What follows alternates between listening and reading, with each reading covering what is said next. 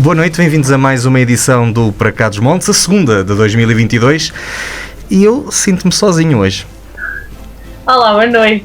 Não sentes nada? Pois não. Estás bem acompanhado? Estou sim, senhor. Temos um convidado fantástico para o segundo programa do nosso Para Cá dos Montes, o nosso PCE. Que é de... Pois, é da tua terra, não é? Santa Marta. Santa Marta. É verdade. Segundo programa do ano 2022, segundo convidado de Santa Marta Peneguião. E parece-me que não vai ficar por aqui nos próximos dias.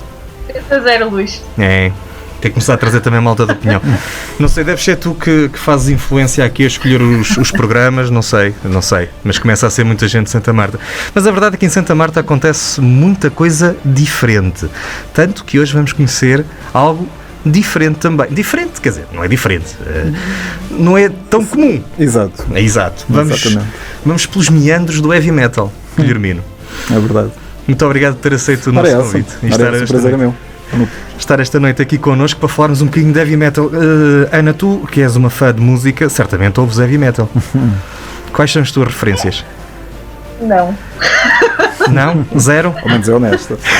Ao menos é honesta. Mas olha, fica já a sugestão para ouvirmos, por um lado, para ouvirmos as bandas que passam pelo estúdio do Guilhermino, que é sobre esse assunto que vamos falar, o Blind and Lost Studios, mas também para ouvirmos o outro projeto que vamos falar na segunda parte, que é o Serrabulho, que tem canal no Spotify e no YouTube também, onde estão os vídeos. São esses os desafios que temos para esta noite, além de conversarmos, obviamente, com o Guilhermino Martins. Até já. Até já e venha connosco.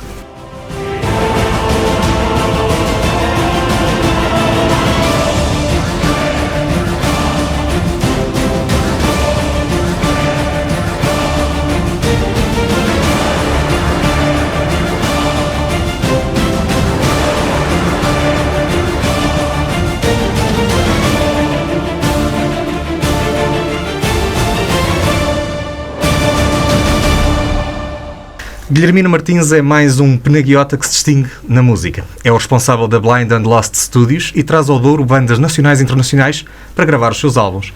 Tudo começou em 2000 com os Thanatos, que o próprio integrava, e desde aí estabeleceu um estúdio de gravação por onde passam algumas das mais importantes bandas de metal.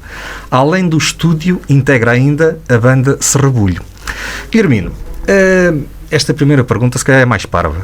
Podíamos fazer. O termo metaleiro é uma coisa pejorativa ou vocês gostam mesmo que se ser chamados assim? Há todo tipo de opiniões. Eu não gosto da expressão. Não a entendo como pejorativa, mas entendo como, de certa forma, castradora ou demasiado limitadora. Pelo menos no meu caso, eu não me considero metaleiro, até porque o que eu ouço são coisas tão dispares que vão desde a música étnica, coisas que não têm mesmo nada a ver com metal, mas claro, depois eu ouço o tal heavy metal. Portanto, no meu caso, não gosto dessa expressão de todo. Não me identifico minimamente com ela. Mas tudo bem, há de facto quem não veja mal nisso, e eu também, obviamente, em meios de comunicação mais generalista, consigo compreender que as pessoas tenham que fazer esse tipo de catalogação, chamemos-lhe assim, e portanto não leva a mal que assim aconteça. Prometemos que foi a primeira e última vez que falamos nesse termo aqui esta noite. Okay. É um bocadinho, se calhar, um termo um bocadinho estereotipado, não é? Sim, eu quando penso nisso penso sempre naquele tipo de fã que só ouve um estilo específico e que não tem abertura para ouvir outros, e não é de todo o meu caso. Quer a nível profissional, quer até a nível dos meus gostos pessoais, eu ouço coisas mesmo muito dispares, portanto não me posso considerar um metaleiro nesse sentido. A questão do estúdio surge um bocadinho a reboque da necessidade da vossa banda ter um sítio para gravar. Como é que percebeu que poderia transformar isto em algo para a sua vida profissional? A banda Thanatos começou em 97 e começámos a gravar. Inicialmente gravávamos em Valadares, no estúdio de uma banda muito conhecida que eram os Tarântula, que era e são os Tarântula, mas desde sempre houve aquela necessidade de fazer um bocadinho o trabalho de casa mais aprimorado antes de chegar aos estúdios profissionais. E então, aos poucos comecei-me a interessar, comecei a ver também que de certa forma tinha algum jeito, modéstia à parte, e é por isso que que as coisas foram evoluindo nesse sentido. De facto, começou como uma necessidade, porque na região os únicos estúdios que havia eram estúdios vocacionados para música ligeira, música pimba, e então, aliás, numa primeira fase, as nossas gravações, ou essas pré-gravações que nós fazíamos, eram feitas pedindo alguns desses estúdios emprestados. Não é? Eu lembro-me que havia um estúdio no Rodo, na Régua, onde ensaiava uma banda pimba, e nós falávamos com o dono para ele nos deixar utilizar o espaço para fazer aquelas captações mais primárias, de forma a quando chegássemos ao estúdio ao estúdio verdadeiro, estivéssemos melhor preparados. Pronto, as coisas começaram todas, lá está, dessa necessidade. Depois, como eu já dava algumas aulas de música, os miúdos olhavam para esta banda e diziam, nós também queremos ter uma banda, começavam-se todos a juntar, e a evolução natural foi eu também ter necessidade de gravar esses miúdos, e portanto, além de me gravar a mim, gravar a minha banda, comecei a gravar também os alunos, e a partir daí as coisas foram escalando, por assim dizer. A certa altura, eu estava-me a dizer isso antes de começarmos o programa, chegou mesmo a utilizar o estúdio da Universidade FM também para gravar, não foi? Sim, só uma curiosidade. A maquete de Thanatos, de 98, foi gravada nos antigos estúdios da Rádio Universidade, que, diga-se, nessa primeira fase foi muito, mas mesmo muito importante para o crescimento inicial de Thanatos, que depois deram origem a Thanatos Esquizo, mas houve um apoio muito grande dado pela Universidade, ao ponto de ainda hoje haver pessoas da minha geração e até mais velhas que ainda se lembram de Thanatos porque passava muitas vezes na Rádio Universidade e porque de facto havia um apoio que era sólido. Diz que há uma arte perdida, não é? Nós passarmos... Talvez, não sei. Não sei se é uma arte perdida, acredito que ainda haja algum tipo de apoio. Aliás, este programa é o melhor exemplo disso, não é? Não necessariamente à música, mas àquilo que é nosso. Agora isso, sim, se calhar por aí... É o problema das playlists, não é? Sim, nas rádios mais generalistas, obviamente que isso é um problema, não é? Agora, nos programas de autor, aí há sempre... Aí consegue sempre fazer... Porque um dos problemas das rádios é cada vez terem menos gente, infelizmente, e isso faz com que dependam mais de meios eletrónicos que nós escolhem. Precisamente, sim. Guilhermina, mas continua a dar aulas, não continua? Sim. Guilhermino, Blind and Lost Studios, portanto, é o nome que tem o estúdio que dirige e que criou em Santa Marta. Que bandas é que têm passado por lá? De todo o tipo, e por exemplo, falando das últimas, gravei um coro de música tradicional duriense. Pode-se saber quem foi? Sim, o Grupo Coral de Fornelos. Olha. Que são também de Santa Marta, não é? Pertencem a Santa Marta, com elementos inclusivamente da tuna de Carvalhais, que é uma tuna que eu admiro bastante.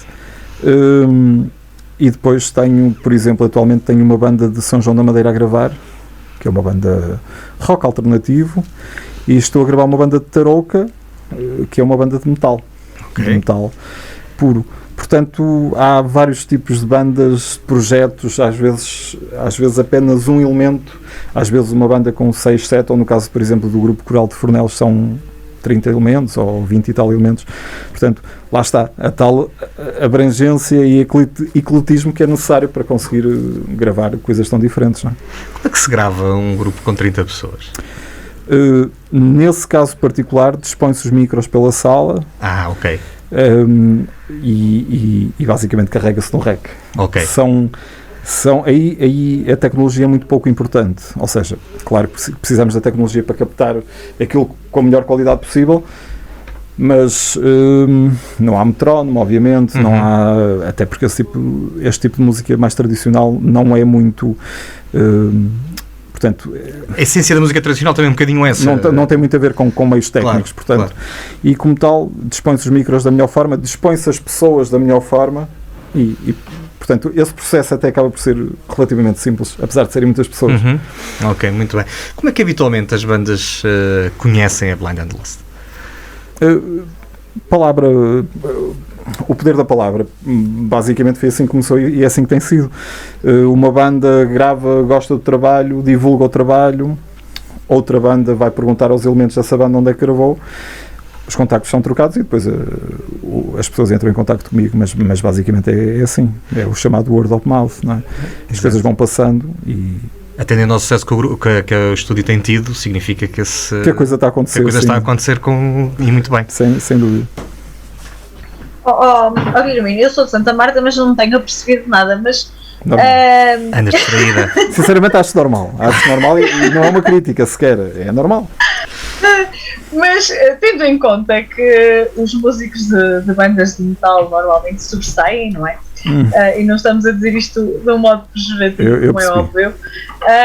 Como é que as pessoas reagem em Santa Marta? Aquelas que se apercebem que não são como tu, não é? Pois, as que se apercebem. É engraçado porque, olha, vou dar o exemplo de uma banda belga e de uma banda e outra banda do País Basco que eu estive a gravar mesmo antes da pandemia arrebentar. E era engraçado porque enquanto um elemento da banda grava, porque no caso das bandas de metal e até de rock hoje em dia o que acontece é gravam um elemento de cada vez, não gravam todos ao mesmo tempo. Enquanto um grava, o outro, por exemplo, aluga uma bicicleta e vai dar umas voltas por Santa Marta, vai até à Capela de São Pedro e explorar ali a zona do Douro toda. E depois é engraçado porque a comida doriense, a comida portuguesa de si já é deliciosa. A comida caseira doriense então nem se fala. E então eu encaminho sempre para os sítios mais tradicionais e é engraçado vê-los a regressar à hora do almoço, à hora de jantar, completamente cheios e fartos. E depois as pessoas, portanto, os músicos também comentam comigo que as pessoas são muito... Portanto, no primeiro dia acham estranham, não é?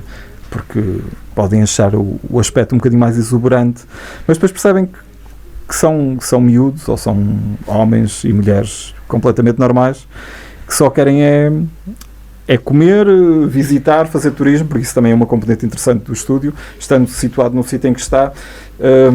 Lá está, enquanto um elemento está a gravar, os outros podem perfeitamente explorar turisticamente a região, e é isso que tem acontecido.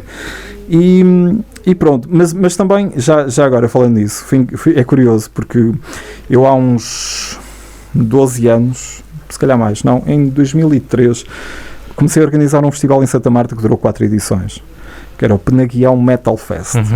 E é engraçado porque antes da primeira edição, lá está, também as mentalidades vão evoluindo, e em 2013 as mentalidades não eram, ou melhor, eram diferentes das atuais. E as pessoas, eu notava, portanto, a população estava receosa. Quando eu comecei a espalhar os cartazes, as pessoas começaram a perceber que ia haver um festival com 7 bandas de metal em Santa Marta, todas portuguesas, mas todas vindas de fora, quer dizer, à exceção de Thanatos, que ia tocar também. As pessoas estavam receosas, estavam com medo que, sei lá, houvesse algum tipo de agressividade nas ruas, que as pessoas fossem mal educadas. Curiosamente, no dia seguinte à primeira edição, as pessoas vieram perguntar quando é que faz a próxima.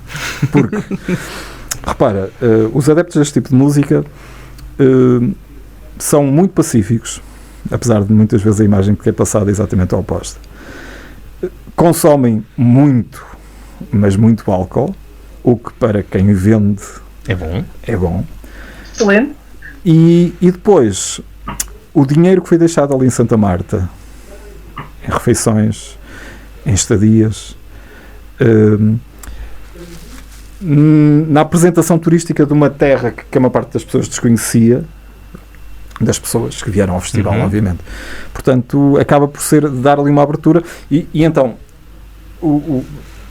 as pessoas que têm comércio lá em Santa Marta no dia seguinte eu ia na rua e vinham perguntar então quando é que faz o próximo, porque obviamente o balanço foi mais positivo. Portanto, isto ir indo de encontro àquilo que me perguntaram sobre precisamente a reação das pessoas.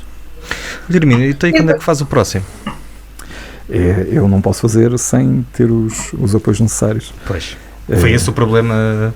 Não, simplesmente fiz 4 edições e ficámos por aí. E quando se proporcionar, agora eu não vou pôr o dinheiro do meu bolso para fazer um festival. Claro, portanto. Naturalmente. Ana, ias intervir? Não, só ia acrescentar que para além da boa comida, nós no Douro também depois somos pessoas que acolhemos bem, independentemente do primeiro impacto, não é? Mas somos pessoas que acolhemos bem toda a gente. Isso é uma mais-valia que acaba por fazer com que as pessoas depois voltem, não é? A próxima pergunta que nós tínhamos aqui vai um bocadinho de encontro ao que também já foi dito. Portanto, é claro que o facto do estúdio existir e de trazer cá gente de fora estimula a economia local. É óbvio que os músicos vêm, ficam cá uns dias, querem conhecer. Falou também da questão do festival. Portanto, é inegável que se fosse possível conseguir de alguma forma integrar a existência do estúdio e voltar a retomar esse festival, seria uma mais-valia para uma região como o Douro. Qualquer tipo de manifestação artística, independentemente, e aliás, arrisco-me a dizer, quanto mais marginal no sentido de ser alternativa for, melhor é. Sim, vai buscar públicos não... Porque vai buscar públicos de fora. Claro. Repara, se nós organizarmos uma coisa, por exemplo, com ranchos, e atenção, eu adoro ranchos, aqui não há nenhuma crítica subjacente. Eu também. Não há nenhuma crítica subjacente a ser rancho, ou seja o que for. Mas nós arriscamos, ou melhor, se nós organizarmos um festival com ranchos, o que vamos ter é 90% das pessoas que vão ver esse festival são pessoas de Santa Marta. Claro. Se organizarmos um festival de metal, 99% das pessoas que vão lá estar são pessoas de fora. E são essas pessoas que vão contribuir para estimular a economia. Portanto, qualquer manifestação artística que seja, lá está, alternativa, vai sempre criar esse tipo de movimento económico ali na região, e neste caso em Santa Marta, ou em qualquer outra. Portanto, isto aplica-se obviamente a qualquer terra. Muito bem. Por isso, sim, claro que sim. Claro que se eu tivesse essa possibilidade, organizava um festival todos os anos, porque isso era bom para toda a gente, sem dúvida. Claramente. Quanto tempo é que demora a gravar um álbum? Depende, se os músicos forem bons, demora-se, sei lá, 3, 4 dias, 5, uma semana a gravar. Atenção, que gravar é o trabalho dos músicos. Depois há um trabalho posterior que é feito por mim, que é chamado mistura e masterização. E esse trabalho demora um bocadinho mais. Lá está, se os músicos forem bons, entre a gravação e a mistura e a masterização, 3 semanas.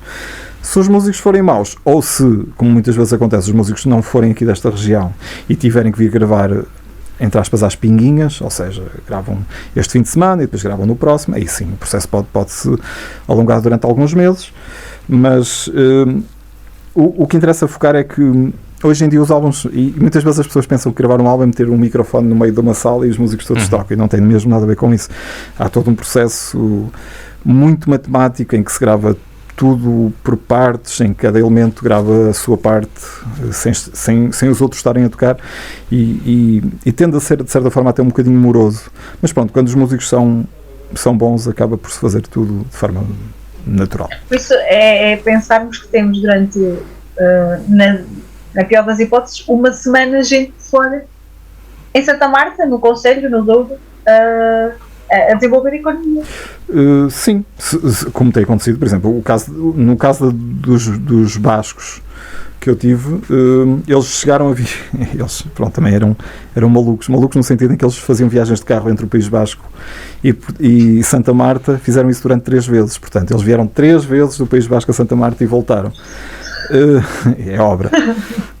Para ficar uma semana em cada uma das vezes. No caso dos belgas, por exemplo, eles ficaram uma semana e meia e aproveitaram para tocar em Lisboa num festival. Portanto, uma semana e meia interrompida por 2 dias para irmos para Lisboa. Já tive cá bandas alemãs, bandas checas. Sim, e essas normalmente é uma semana de gravação. Depois o processo de mistura e masterização pode durar até um mês, se as coisas forem relativamente difíceis de Guilherme, corrija-me se eu estiver enganado, não há muitas bandas de metal que a maior parte dos seus clientes ou das pessoas que procuram o seu estúdio são esse tipo de bandas, não é? Sim. Pode-se dizer isso de alguma forma? Sim, não há assim muitas aqui na região. Mais um preconceito. Estou a perguntar. Sim, mas por causa dessa questão é que eu criei um blog há uns 15 anos, mais ou menos, chamado Vila Metal, que noticia de forma o mais profissional possível todos os projetos de metal que existem em Trás-os-Montes, que existem e que já existiram. Ok. E, obviamente, nos 2 últimos anos a pandemia fez as coisas parar, de certa forma, ou quase parar. E o blog, por exemplo, este ano deve ter para aí umas 20 entradas.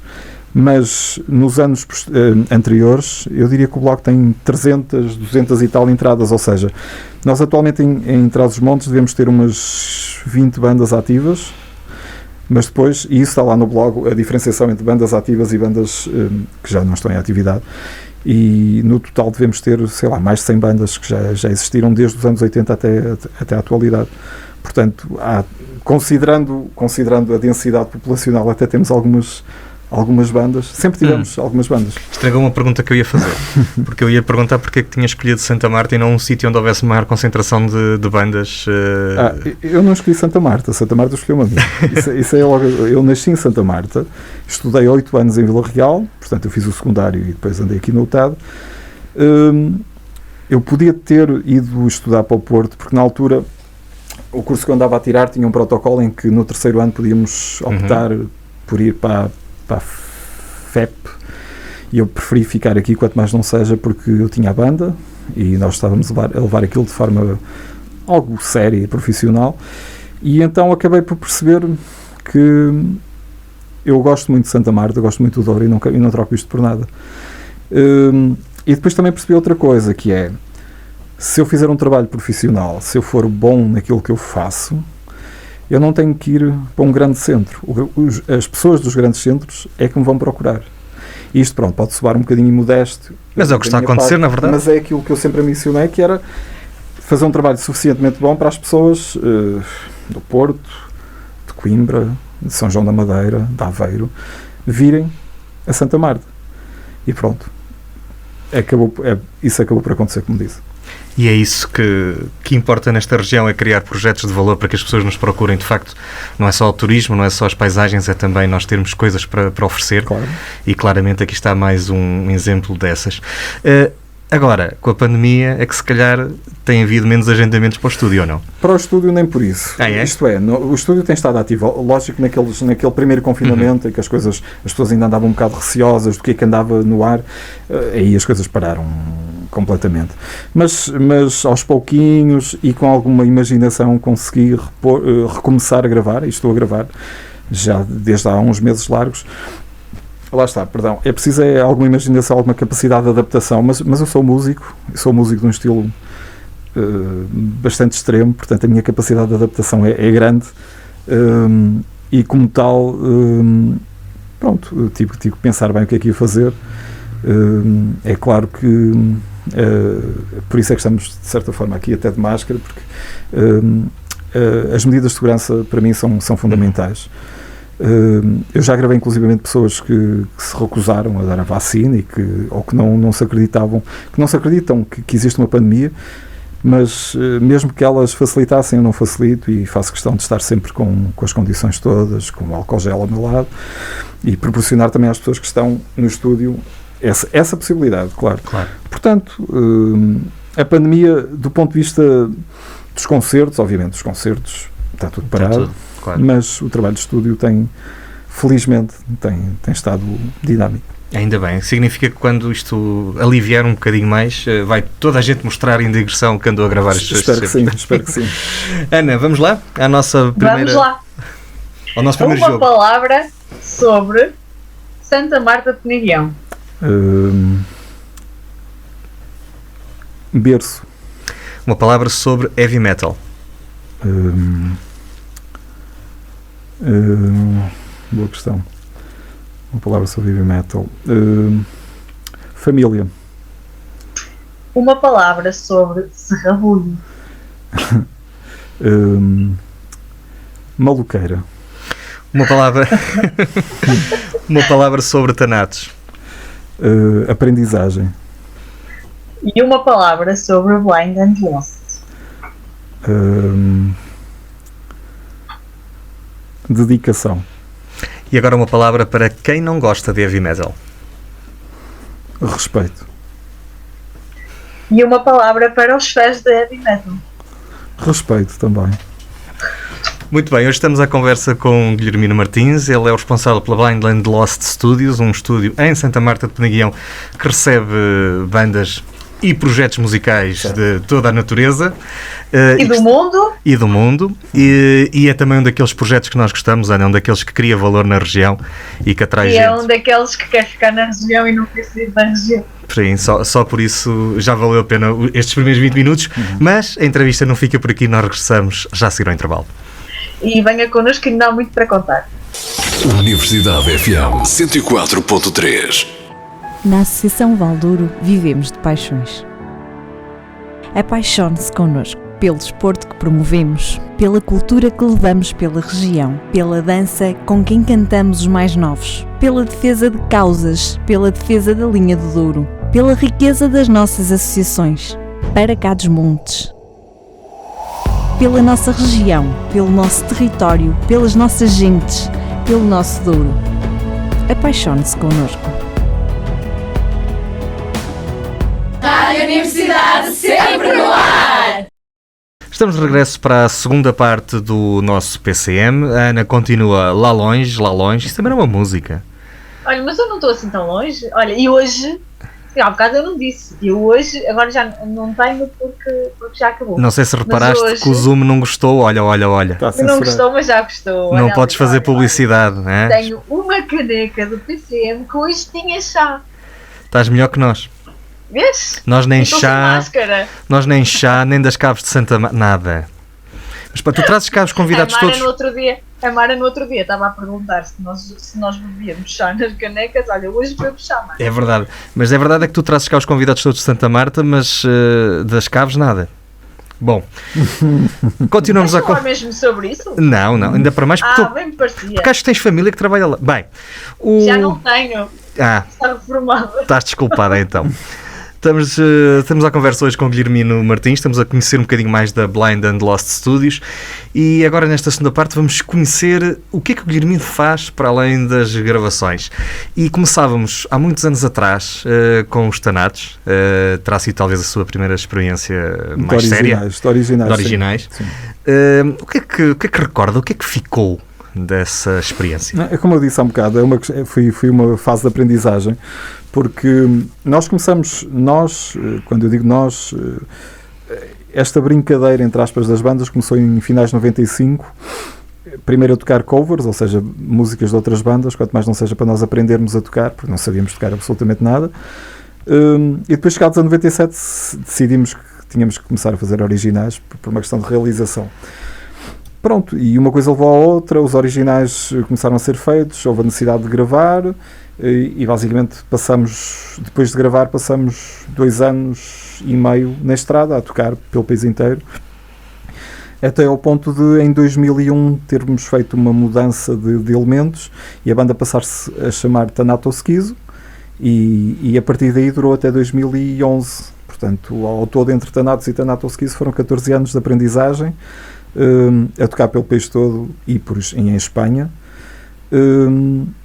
e lá está, fui quebrar barreiras, porque como devem imaginar, hoje em dia é muito mais simples, com os Spotify, com o YouTube é tudo muito mais simples. Na altura não havia nada disso. Não havia nada disso, basicamente os primeiros concertos que nós demos foram arranjados porque eu peguei na lista das páginas amarelas e andei à procura de todos os bares que existiam em Trás-os-Montes, porque obviamente começamos por tocar em Trás-os-Montes, e então descobri, a cada 30 telefonemas que eu fazia havia uma casa que aceitava, sem nunca nos ter ouvido, e foi assim que tocamos em Valpasso, em Chaves, em Armamar, em Lamego, pronto, e lá está, pela tal word of mouth, ou seja, até porque nós também, não só isso, mas também porque nós filmávamos os concertos e depois pegávamos na cassete vídeo e enviávamos para outros bares. Lá está, é tudo aquilo que hoje em dia se faz de forma quase automatizada, porque faz o upload de um vídeo no YouTube e ele está lá para toda a gente ver. Mas pronto, fiz assim e foi uma escola muito grande para perceber como é que é o meio, para perceber como é que a indústria musical funciona, para perceber o que se deve e o que não se deve fazer. Pronto, até chegar, em 2000 acabamos porque em pleno início da crise, eu disse 2011, sim. 2011 foi quando a crise se instalou em Portugal, começou a pagar-se portagem na A24 e nós já tínhamos elementos, nós apesar de sermos todos ali éramos do eixo Régua, Santa Marta, Vila Real, mas a maior parte dos elementos já não estava aqui nesta zona, já estavam todos na zona, por exemplo, de Lisboa.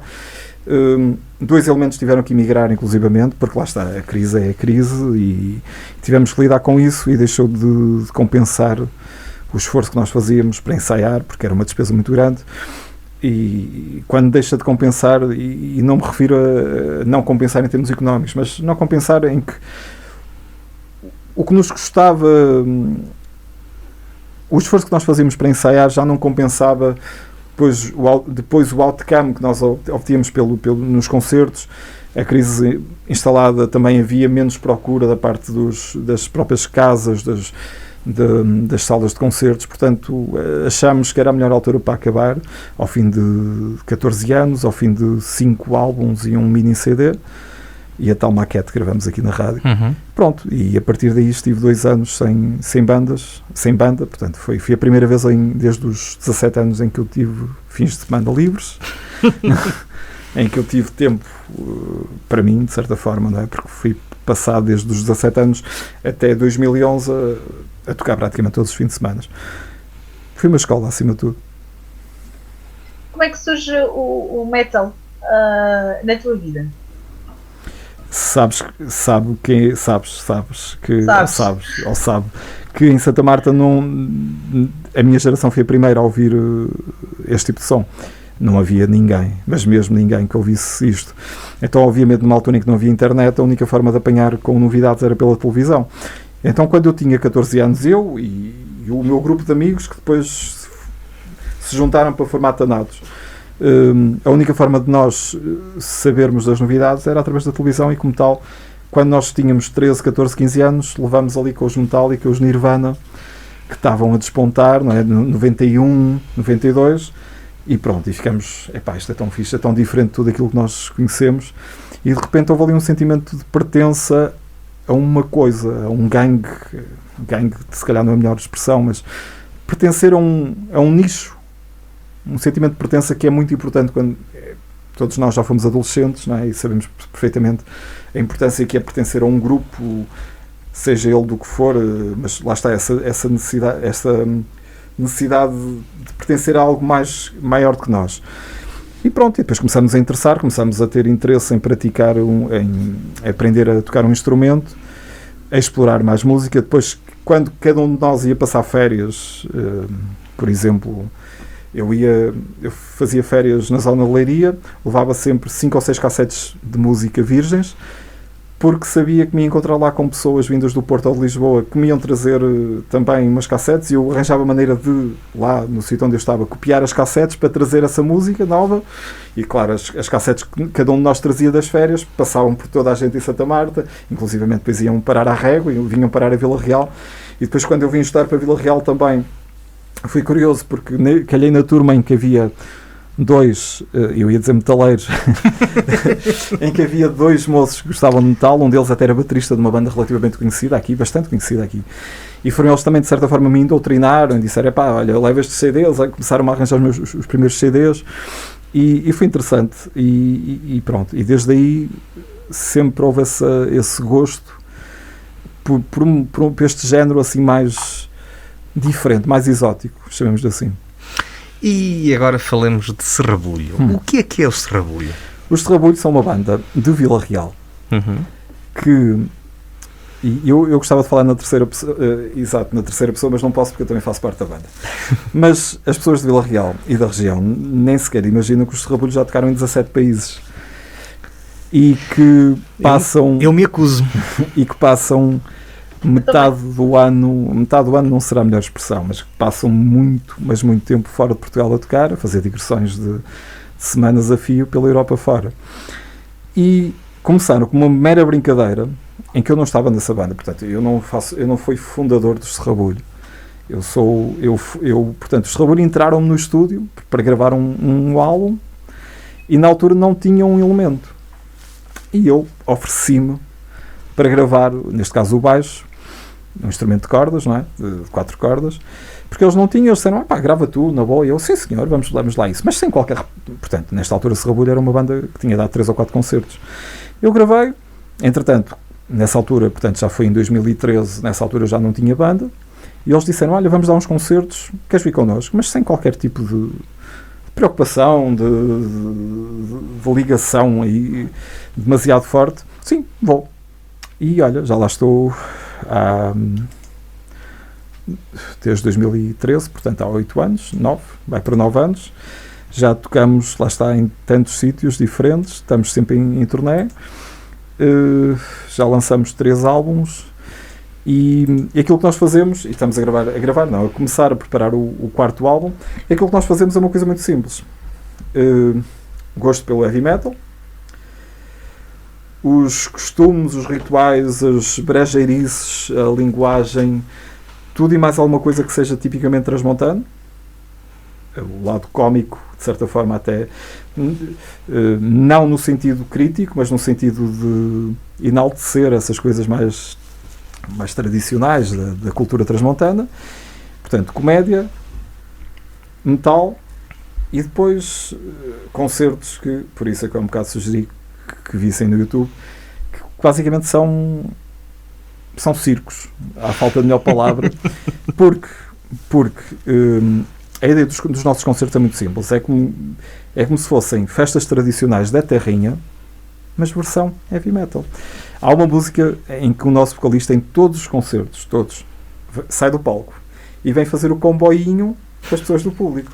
Esse comboinho é capaz de, em festivais grandes, é capaz de ocupar um campo de futebol inteiro, como já aconteceu em Espanha, no maior festival ibérico deste género de heavy metal. Ele desceu do palco e fez um comboio desde o nosso palco até ao palco que estava no final do campo de futebol. E os espanhóis que nunca tinham ouvido Serrabulho alinharam todos. Esse vídeo está no YouTube. Sei lá, nós levamos fatos para o palco, portanto, disfarces para o palco. Eu há um bocado disse circo, mas se calhar a melhor palavra será carnaval. É um ou melhor, mais de carnaval, um intrudo transmontano. Um intrudo transmontano adaptado ao conceito do metal. Por isso é que, mesmo quem não gosta de música extrema, consegue apreciar e ir a um concerto de Serrabulho e sair de lá bem disposta. Porque, mesmo não gosta da música, fica fascinada com a cor, com o movimento, com a alegria, que de certa forma são antíteses da imagem que as pessoas têm do metal. Ana, não sei se tens planos para o verão, mas ele já tem um concerto, já vamos falar daqui. Temos muitos. Já tem vários, mas há aqui um, pelo menos que eu dei conta. Sim. Já sabes, daqui por uns dias vamos a Vagos, Ana. Vamos a Vagos. Sabes, no Vagos nós vamos fazer uma festa da espuma, havendo, obviamente, condições sanitárias para isso.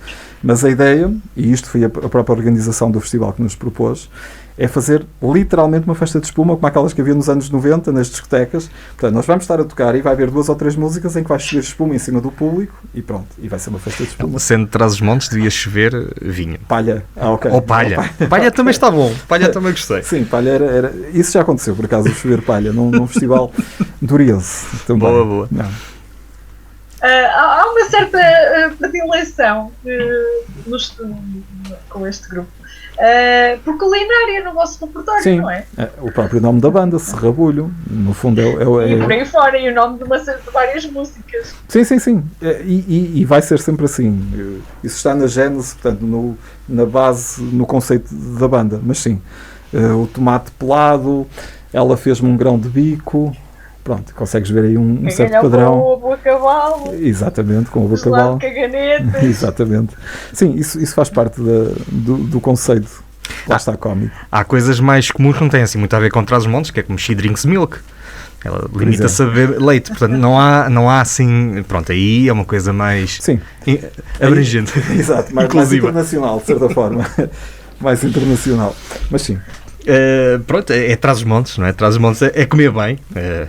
E beber. E brincar com estas coisas. E, com estas, e há pouco também o Guilherme estava a dizer que, além destas opções culinárias, de todo este de todo este intrudo, como disse, há ali também sonoridade um bocadinho de Trás-os-Montes, ou não? Sim, nós usamos gaita de foles, usamos rabel, usamos percussão tipicamente transmontana. Portanto, lá está.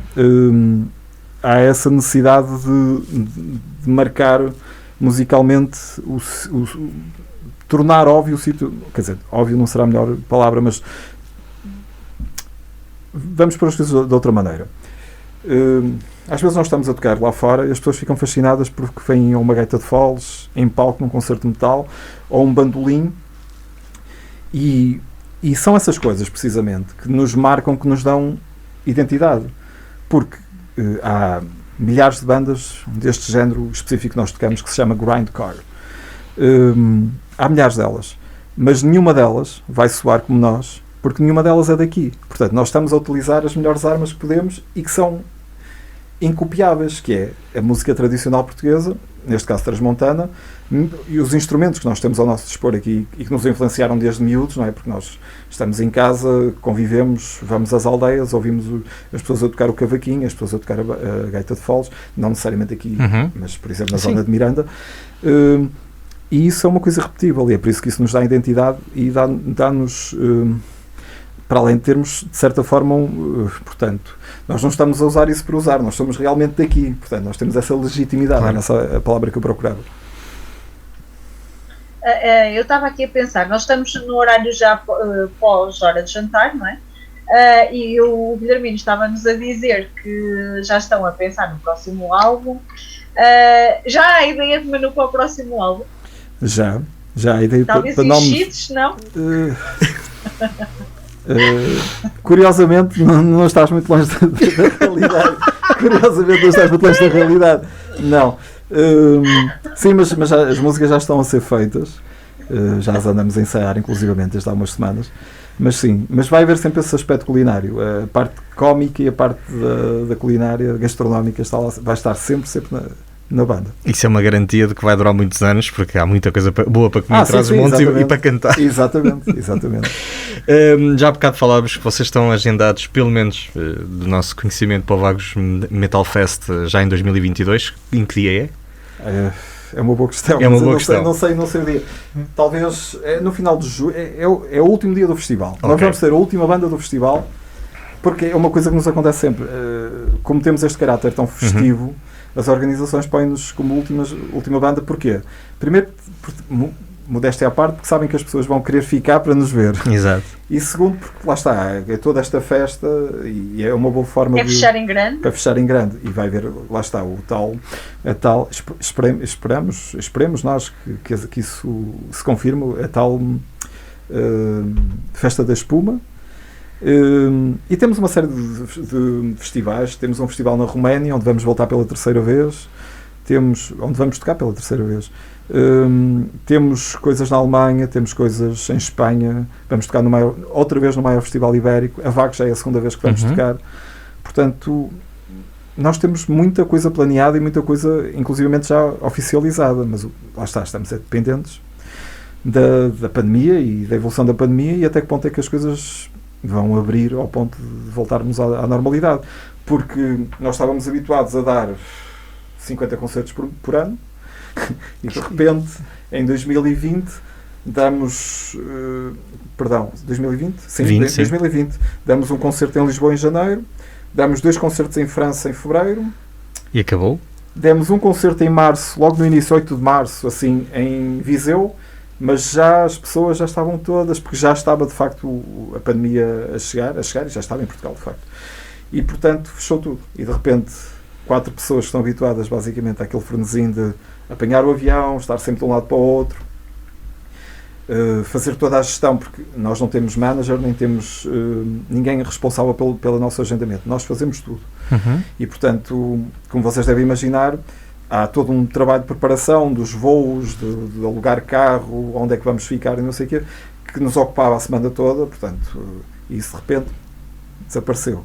E então, alguns de nós até, no último ensaio, que foi o fim de semana passado, tivemos a falar isso entre nós, quer dizer, o fim de semana passado não, o anterior, que alguns de nós até chegaram a ficar deprimidos, porque estavam habituados a esta correria constante, esta atividade tão incessante, aquele nervosismo de saber, vamos apanhar o voo, agora temos que ir deste país para aquele e não sei o quê, e de repente para tudo, e alguns de nós ficaram ali um bocado abandonados, no sentido em que deixaram de ter esse lado tão dinâmico da vida, mas pronto, agora estamos a voltar outra vez aos ensaios e as coisas vão se normalizar.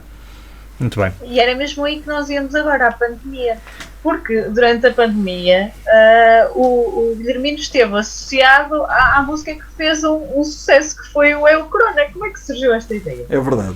Eu dou-me com o Carlos Guimarães, que é um radialista da zona de Aveiro, da zona de Espinho, São João de Lama, Lamas, ali da zona de Aveiro, entre Aveiro e Porto.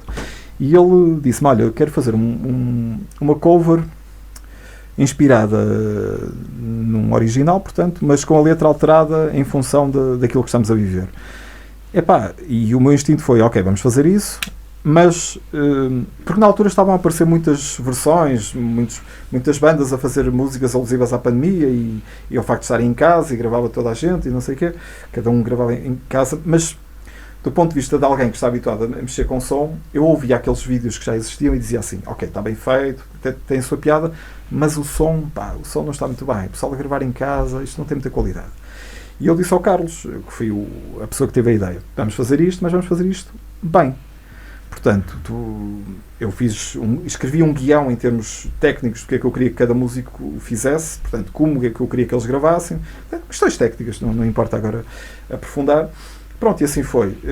E depois o que gostou mais foi juntar tudo, porque nós temos ali desde vozes guturais quase imperceptíveis, como é o caso do vocalista de Serrabulho, como temos vozes, aquelas vozes tipo, para dar um exemplo mais perceptível, como a sei lá, como Metallica, ou como os Europa, ou como os Scorpions, são aquelas vozes mais agudas e portanto, misturar isso tudo acabou por ser complexo, mas foi curioso porque fizemos isso sem qualquer tipo de expectativa e na semana seguinte tinha 50 mil visualizações o vídeo.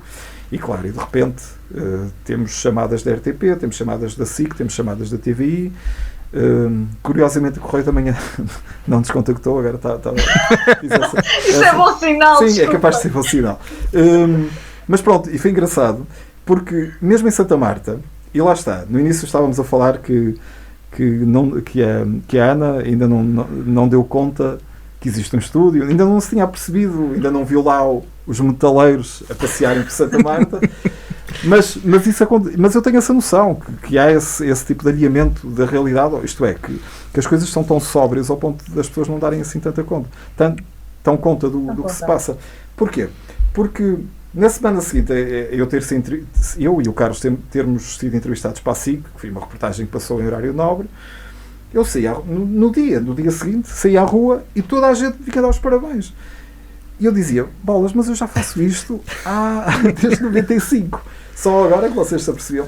Claro que as pessoas davam os parabéns de forma simpática e eu não tenho direito nenhum de exigir nada das pessoas. Mas eu pensava para mim, fui preciso andar 20 e tal anos, quase 30, 20 e tais, sim, desde 95, sim, 25 anos nisto, para subitamente as pessoas à minha volta perceberem, olha, há alguém aqui em Santa Marta que tem um estúdio, olha, há alguém em Santa Marta que apareceu na televisão por fazer música e não é música propriamente comercial, não é? É música alternativa ou mais de exótica ou de franja. Mas isso eu acho que toda a gente conhece o Guilherminho.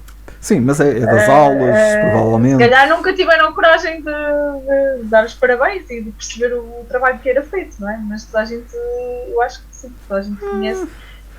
E atenção, eu não estou a exigir nada de ninguém, eu só estou a constatar um facto. Sim, mas eu estou a dar a opinião como mera habitante. Sim. Não, eu acho que as pessoas me conhecem, primeiro porque também não há muita gente assim com um aspecto mais alternativo em Santa Marta, não é? Isso desde há muitos anos. E também porque sabem que eu dava e dou aulas de música, portanto vêm-me obviamente a passar com instrumentos, a carregar instrumentos de um lado para o outro, vêm os miúdos a entrar na escola, portanto acabam por saber que alguma coisa se passa ali, não é? Portanto eu não quero soar arrogante ao ponto de dizer eu já estou aqui há muito tempo e vocês estão agora a que me viram. Não é nesse sentido, é mesmo aquela constatação real de que a televisão ainda manda, ou seja, para as pessoas se calhar... Tem impacto. Tem mesmo. E esperava o sucesso que teve com este vídeo? Não, com este de todo, até porque aquilo foi feito só com pessoal deste género. Não houve ali ninguém fora. Mas foi isso que teve a sua piada, porque é o pessoal, mais uma vez, há aquela imagem do pessoal do metal, que é o pessoal muito agressivo e muito violento e muito negro, e de repente temos, sei lá, 20 e tal pessoas a brincar com uma coisa que, contextualizando, no início da pandemia ninguém sabia muito bem onde é que isto ia parar. Não. E já estavam a morrer muita gente e, portanto, isto foi uma forma de aligeirar. E também foi uma forma de dar alguma sanidade mental a estas pessoas que estavam em casa, não é? Habituadas a tocar quase todos os fins de semana e de repente estavam a olhar para o teto, a pensar, fogo, o que é que vamos fazer agora? Pronto, e ao menos tivemos ali alguma coisa que nos entretivesse. Na altura, o Carlos Guimarães, em declarações aqui à Universidade FM, referiu que, para além de tudo o resto, esta iniciativa serviu também para divulgar o heavy metal. Claro. Concordas? Precisamente. Sim. Aquelas pessoas conseguiram demonstrar que, para um público que não está habituado a isto, que existe uma cena em Portugal. E atenção, a cena não se resume a estas 20 pessoas e às suas bandas. Nós em Portugal temos, sem exagero, milhares de bandas. E pré-pandemia nós tínhamos concertos, e quando eu digo nós, portanto, a cena do metal em Portugal, na cena do metal em Portugal havia concertos todos os fins de semana, mas, sei lá, em 10, 15, 20 sítios diferentes. Eu conheço pessoas que são adeptas deste tipo de música e que passam os fins de semana a saltar de terra em terra para ir ver, por exemplo, um festival hoje ao Porto, e amanhã outra, por exemplo, numa sexta à noite vão ver um festival ao Porto, e depois no sábado vão a Coimbra, e depois se calhar vão ver uma matiné domingo a Lisboa. Isto é um estilo de vida, como é, por exemplo, dos motares ou das pessoas que têm uma autocaravana e que gostam de passear. Este tipo de pessoas gosta disso tudo, mas aproveita e vê os concertos. Portanto, viaja, faz turismo, espairece, mas depois vai ao concerto. Guilhermino, como é que está? Já fomos falando, acho eu, um pouco ao longo desta conversa, mas agora para sistematizarmos um bocadinho, como é que o heavy metal passou pela pandemia? Ou como é que está a passar? Pois, tem sido duro.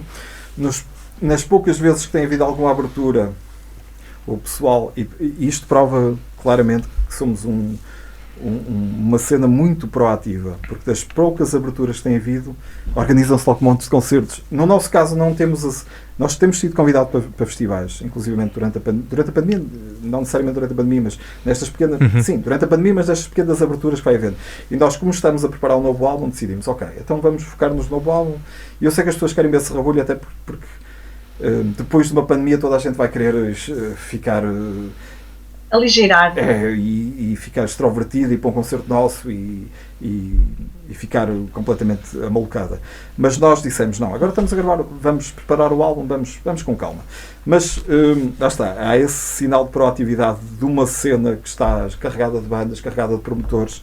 Há imensa gente que vive deste meio, sejam técnicos, sejam donos de salas de espetáculos, estúdios, mas é lógico que sem concertos as coisas ficaram um bocadinho mais atenuadas. O que aconteceu, e nesse aspecto eu acabei por beneficiar, que é, sem concertos as bandas voltaram-se mais para os estúdios, porque se não podem tocar ao vivo, pelo menos focam-se nos álbuns, porque é uma coisa que inclusivamente é uma coisa que vai durar para o resto da vida, não é? Eles têm o álbum, têm o formato físico e, portanto, e já estão a ser marcados, inclusivamente nós já temos um concerto em fevereiro no Porto, assim a pandemia o permita, porque o que não falta é, lá está, a proatividade e vontade de voltar a tocar. Toda a gente está mortinha por voltar ao normal.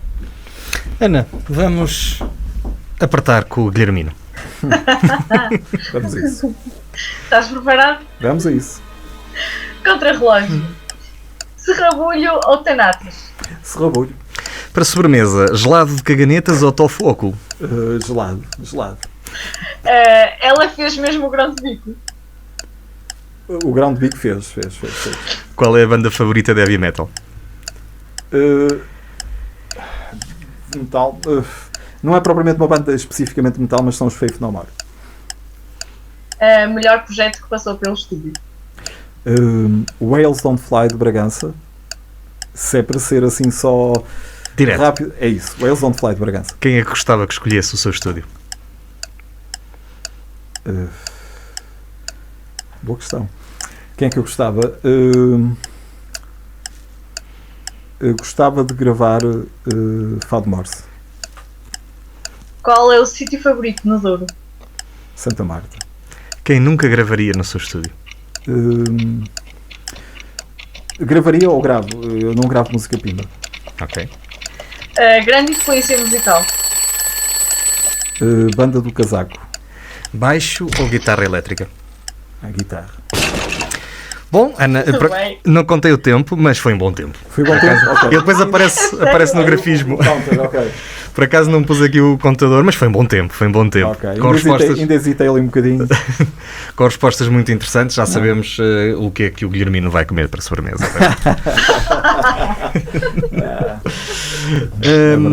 Ana, perguntas tu? Pergunto. É a pergunta final. Ok. Onde é que te vês daqui por 10 anos? Se tudo correr bem em Santa Marta, com mais brancas, com mais material em estúdio, com mais quilómetros de estrada em cima, se tudo correr bem,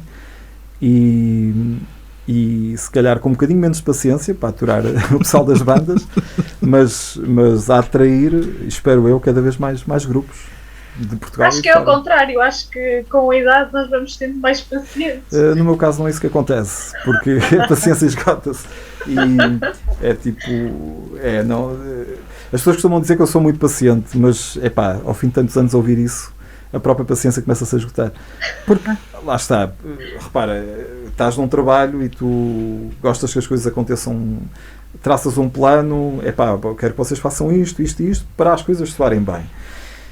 Mas ao fim de tantas vezes que uma pessoa tem esta lenga-lenga e as bandas ignoram isso e depois vêm mal preparadas, porque acontece, de facto, as bandas infelizmente são poucas, mas às vezes apanho, como todos apanhamos no nosso trabalho, com pessoas menos preparadas, pronto, e a paciência já se começa a esgotar um bocadinho nesse aspecto.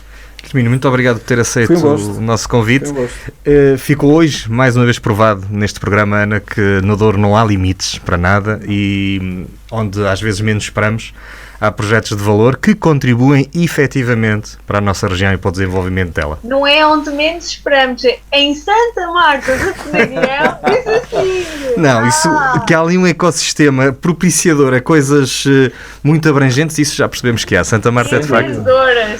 lutadoras e várias coisas. Se calhar é de lá estar no buraquinho lá no fundo, não é?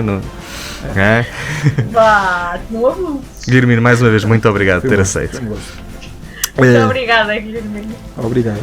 O Para Cá dos Montes, ou PCM, é uma coprodução da Associação Valdouro com a Universidade FM. A apresentação do Luís Almeida no estúdio e Ana Gouveia em casa. Tu aqui levas certa. Tem a edição de Daniel Pinto e o apoio à produção do Rafael Almeida. Estamos disponíveis em todas as serviços de podcast, também nas redes sociais e também agora no Instagram. E se quiser conversar connosco, dizemos qualquer coisinha. pcm@associaçãovaldouro.com. Nós voltamos para a semana. Até para a semana. Muito obrigada.